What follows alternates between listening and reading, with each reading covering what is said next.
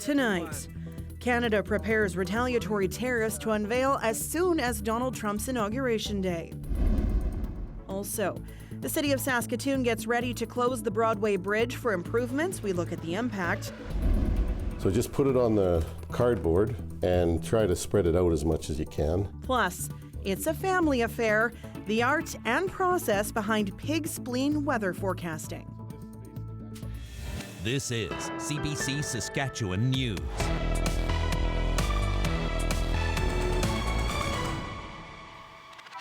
It is Friday, January 17th, and the CBC Saskatchewan News starts right now.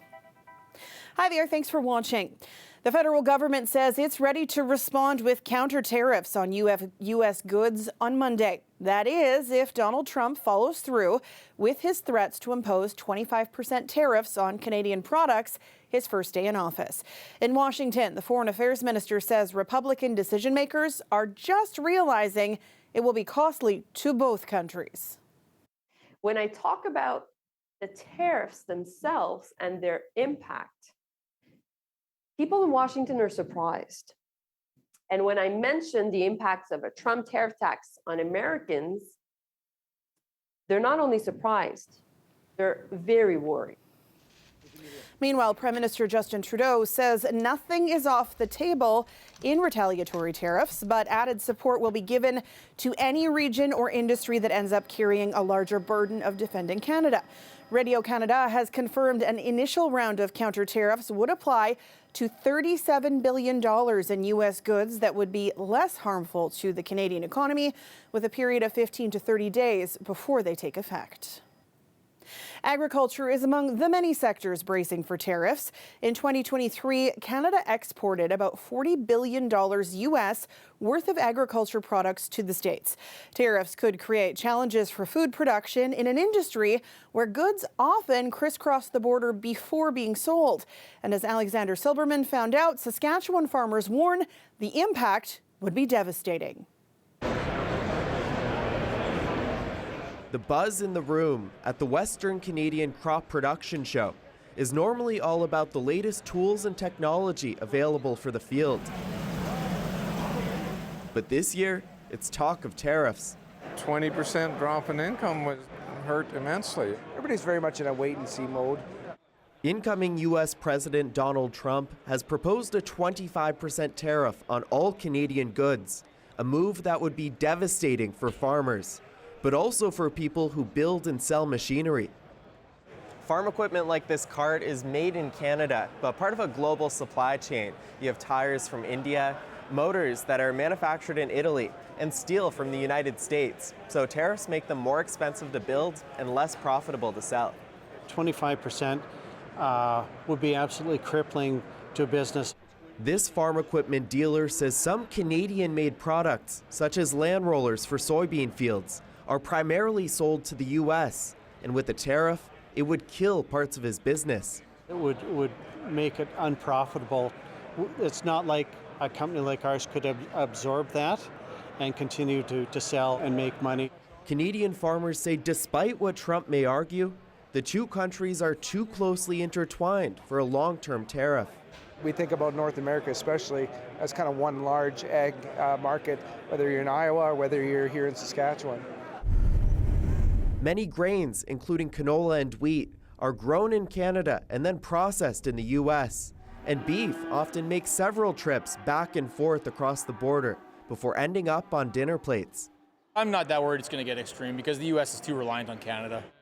While this farmer is not worried, others are taking precautions, selling extra grain now to try and beat the tariff threat. Alexander Silberman, CBC News, Saskatoon. Canada's premiers were nearly unanimous in their plan to deal with Trump's threats. On the Morning Edition's political panel, Leader Post columnist Murray Mandrick praised Premier Scott Moe and his handling so far. Well, I think one premier is being very thoughtful and the other premier is not. And the premier being very thoughtful is Premier Scott Moe. And I'm seeing something out of him in relation to this whole entire file that I haven't seen in a long time, and it's something that's very good. He's doing what he should be doing. He's putting Canada first. He's not popping off with political statements, which was the problem leading into the 2024 election, herky-jerky changing policies and everything else. We're seeing a thoughtful approach to this. I sympathize, like everybody else does, with Alberta's position on oil because it happens to be our position on oil too. We would be effective, but it's like Premier Fury said, like you cannot show your cards. You cannot say this is off the table because that best suits my local constituents and getting me reelected. It's not about that at this particular moment. Sometimes the best thing you can do is do things that don't help you get reelected down the road. Now, I get the issue, and I get how bungled this entire oil file has been up to and including the carbon tax that probably should have been stopped at some point or the other, as opposed to having increasing carbon tax rates every April 1st when we're in an inflationary period. There's lots of things that the federal government has done wrong, but that is separate from the external threat that we face right now. And I'm saddened that Danielle Smith and others that are supporting her don't get that bigger picture. Murray, you wrote a column about this. What's your take on this border plan from the Premier?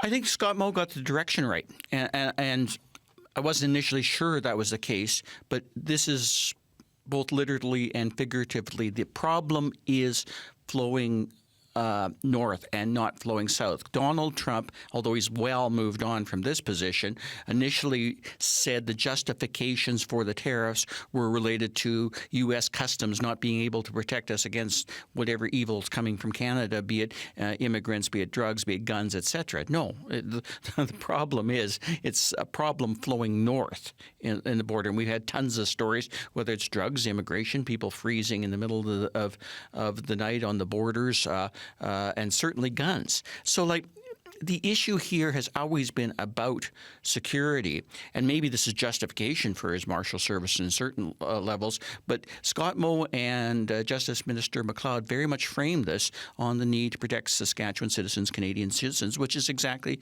their responsibility and what they should be doing. And so from that perspective, I'm actually kind of pleased with Scott Moe's approach. If the Broadway Bridge in Saskatoon is part of your daily commute, it's time to start planning for some alternatives. Helena Mahalik explains. The Broadway Bridge is a central access point to Saskatoon's downtown and one of the busiest routes for commuters. And it will be closed for at least 6 months, starting in April. The city says the bridge's deck, walkway, and railings need repairs, and that the expansion joints on the structure are leaking, and that if they don't get repaired this summer, it would become a safety concern.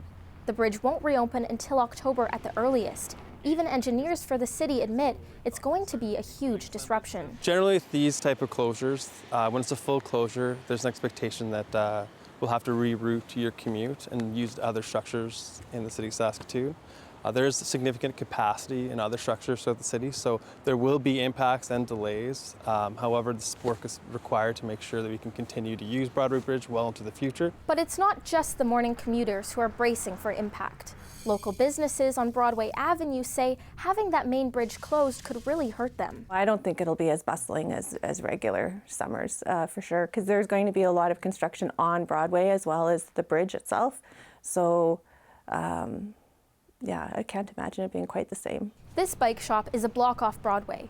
Reed Chalice, one of the owners of Bike Doctor, says the bridge closure could reduce foot traffic in the area. He expects people who want to shop at his store will still make the effort to get there, but will find it a pain. People do have a hard time with the idea of coming to any sort of downtown area with parking and traffic, and so I think it will a little bit for sure. Ideally, people are biking here and it's easy, but I think it'll have a little bit of an impact for sure. The bridge won't only be closed to cars. The walkway will also be shut down, so no one will be able to walk or cycle across the bridge either. But local businesses are hoping that just because you have to bypass the bridge, that you won't have to bypass their shops too. Helena Mahalik, CBC News, Saskatoon. A downtown Regina revitalization project is one step closer to reality. The city released its proposed vision for the future of Scarth Street Mall this week, and it does not reintroduce vehicles to the pedestrian walkway. According to one city planner, the goal is to give people an outdoor space to hold events and provide a vibrant and accessible location. It's kind of a really important corridor. It connects of some very interesting things in our downtown, from the Cornwall Centre, other businesses on 11th Avenue with, of course, Victoria Park and the plaza, the library. So we just want it to be elevated as this space where people not only move through it, but also stop, take a moment to enjoy a coffee or a lunch. A final decision will be made this spring at Regina City Council. The project has been in the works since 2023. Budget decisions have pushed construction to 2027. Ooh, that wind today. You really had to bundle up to be outside to get anything done, whether you were in Saskatoon or in an area with a lot of snow. Some areas also under an extreme cold warning. So what is in store for the weekend? Ethan will have your forecast after the break. Stay with us.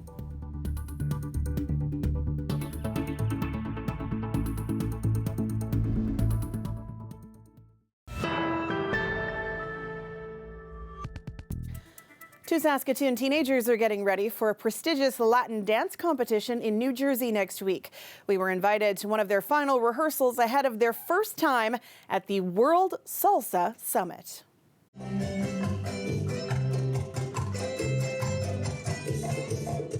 I started dancing when I was 2 years old. My mom owns Saskatoon Salsa, so I kind of just grew up in the studio, and I really committed my time dancing with salsa when I was 13 years old. I love salsa because it makes me happy, and even if I'm having stress with school or at home, I can just dance it out. I came back from Cuba when I was 4 years old, and I was obsessed with salsa music, and my mom enrolled me with Saskatoon Salsa. After a hard day at school, I just love to come to the studio and just let it out.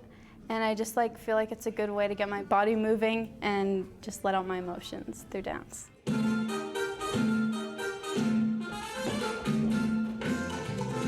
We are sending two dancers to the World Salsa Summit in New Jersey, Ari Almeida and Olivia Waite. Ari is my daughter. Olivia is like my daughter because she's been in the studio since she was 4 years old. They've been working really, really hard, and we're really excited to go. They truly are not only talented, but they work very hard and they're very passionate about what they're doing. Ari is the current Canadian champion in Intermediate Ladies Salsa Solo Showcase. And Olivia is the silver medalist for Intermediate Salsa Solo 17 and under. This is our first time going to the World Salsa Summit. There's a couple really big world salsa competitions. This is one of them. It's new for us. There's up to 40 people in each category, so it's a very difficult competition. But I have really high hopes for the girls that they're going to do well. I'm very excited, and I'm very grateful that I have the opportunity to go with my best friend. Pretty excited, but definitely still nervous. But I'm really excited to have this opportunity. Personally, I kind of blank on stage, but I mostly think about how I can interact with the audience and the judges to make them have fun as much as I'm having fun. Despite all the technology involved, sometimes weather forecasting, it doesn't turn out. But one Regina man has a forecast model with some meat on it. As Ethan Williams explains, it runs in the family. Here's one band, and here's the second band. It's not your average weather forecast. This one's going to take a little bit of work to sort out what's going on. But Jeff Woodward thinks these pig spleens could hold the secret to what weather is in store. So just put it on the cardboard and try to spread it out as much as you can. He takes the spleens and spreads their fat to get an average 6-month temperature and precipitation forecast. It's a tradition dating back hundreds of years to his Swedish ancestors who brought it to Canada. The neighbors would come. They were all sort of old Scandinavian guys, so they'd look at the spleen and they'd sort of do a prediction based on that, and they sort of did it in tongue-in-cheek kind of thing. It shows a lot of fatty deposits on the back of it, which tells me rain. But it was his uncle, Gus Wickstrom, who gave the practice international attention. His stunning accuracy making him famous. He predicted a snowfall, and I don't remember the year, a snowfall in June that was sort of really far out, and it actually happened, and that's sort of what I think got a lot of attention one year, and he just kept on doing it. Of course, no accurate forecast would be complete without a quick taste test. You wrap it around on your head. Wickstrom even claimed the spleens could cure baldness and spur romance. And when you eat it, after a short spell, it acts like Viagra. Woodward isn't too sure about those qualities. His focus is on carrying out the tradition after his Uncle Gus's death in 2007. And as for the forecast? Relatively snowy first part of the winter with a cool and long springtime. That's the general gist of it. And he has plenty of piggy prognosticators in waiting. My son is interested. I have a cousin in Saskatoon that's interested, and some other relatives that do have an interest in it. Woodward says some think this form of prediction will only work when pigs fly, but he still enjoys preparing a tender forecast, knowing Uncle Gus is watching closely. Ethan Williams, CBC News, Regina.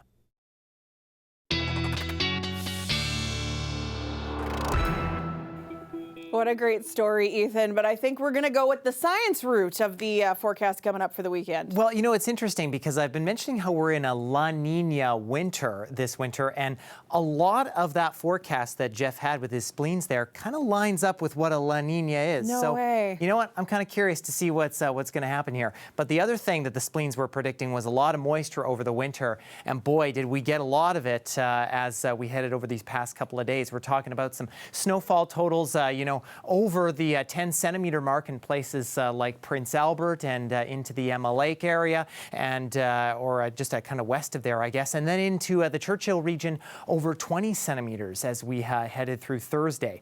The snow is out of our way, but now comes the next part of our winter weather, and that is the cold. And already extreme cold warnings in place for parts of east central Saskatchewan. Wind chills through the weekend, likely in that minus 40 to 45 mark for a lot of that part of the province. Further north, we're talking about wind chills minus 45 to minus 50 in places like Cree Lake and Stony Rapids and the Wollaston Lake area. And you can see that through Friday, we didn't get much above minus 20 through especially the far north.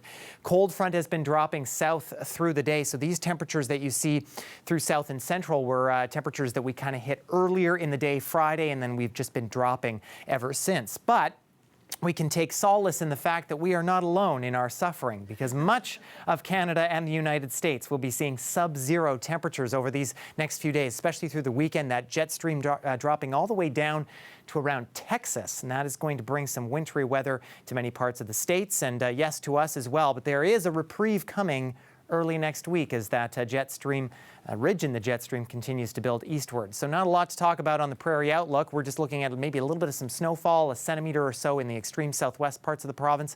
High pressure starts to clear things out as we head into Saturday, Sunday, and then we stay relatively sunny, but that low that we had is still churning off to our east, and so this high pressure and low pressure are going to fight and still kind of keep winds up over these next couple of days. And then the clouds will start building in as that last area of Arctic high pressure moves out, and that could bring some snow for us for Tuesday.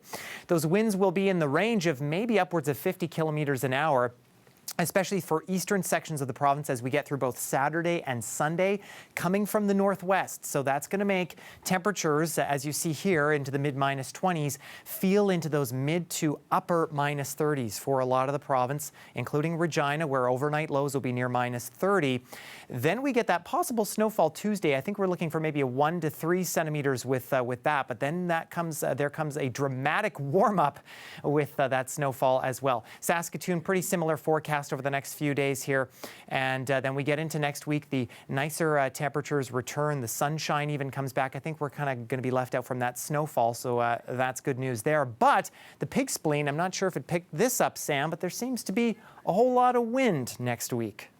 I had blocked the gross from my brain, but it's back. Thanks, Ethan. You're welcome.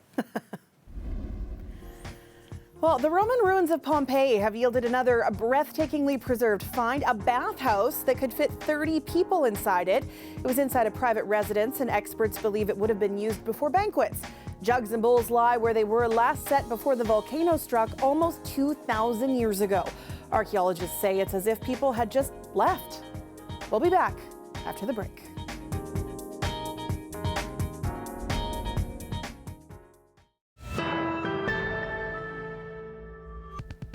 Welcome back. Former Deputy Prime Minister and Finance Minister Chrystia Freeland made it clear today she will join the race to become leader of the Liberal Party.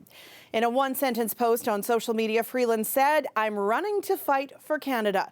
And in an op-ed in the Toronto Star, she implied she'd retaliate against any American tariffs, dollar for dollar, targeted precisely and painfully. Freeland will officially join the race Sunday. Former Bank of Canada Governor Mark Carney launched his campaign yesterday, and sources tell CBC News that Government House Leader Karina Gould will announce her candidacy on Saturday. Israel's cabinet has approved this week's Gaza ceasefire agreement. In a meeting that extended late into the evening, 24 ministers voted in favor, 8 were against.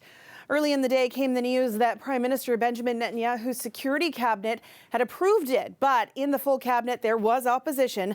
2 hardliners threatened to resign, one demanding the deal be rejected, the other that the war resumes when the agreement's 6-week first phase ends.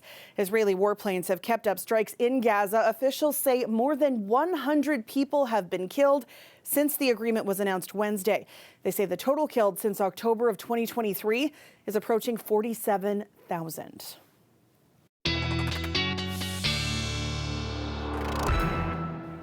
And Ethan's back with one last look at your deep freeze, weather.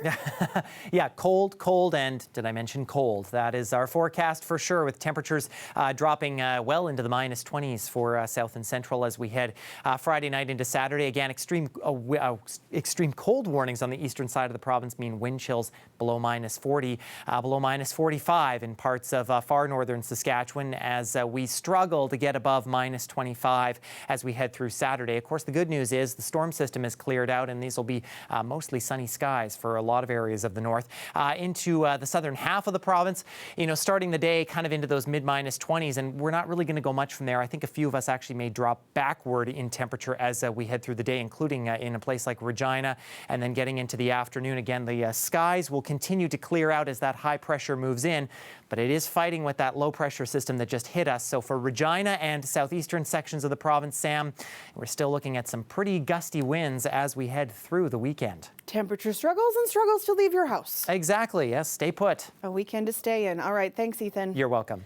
And that is it from us this week. For more news anytime, head to cbc.ca/sask or subscribe to CBC Saskatchewan's YouTube channel. You can also download the CBC News app on your smartphone or tablet. Thanks so much for watching. Have a great weekend.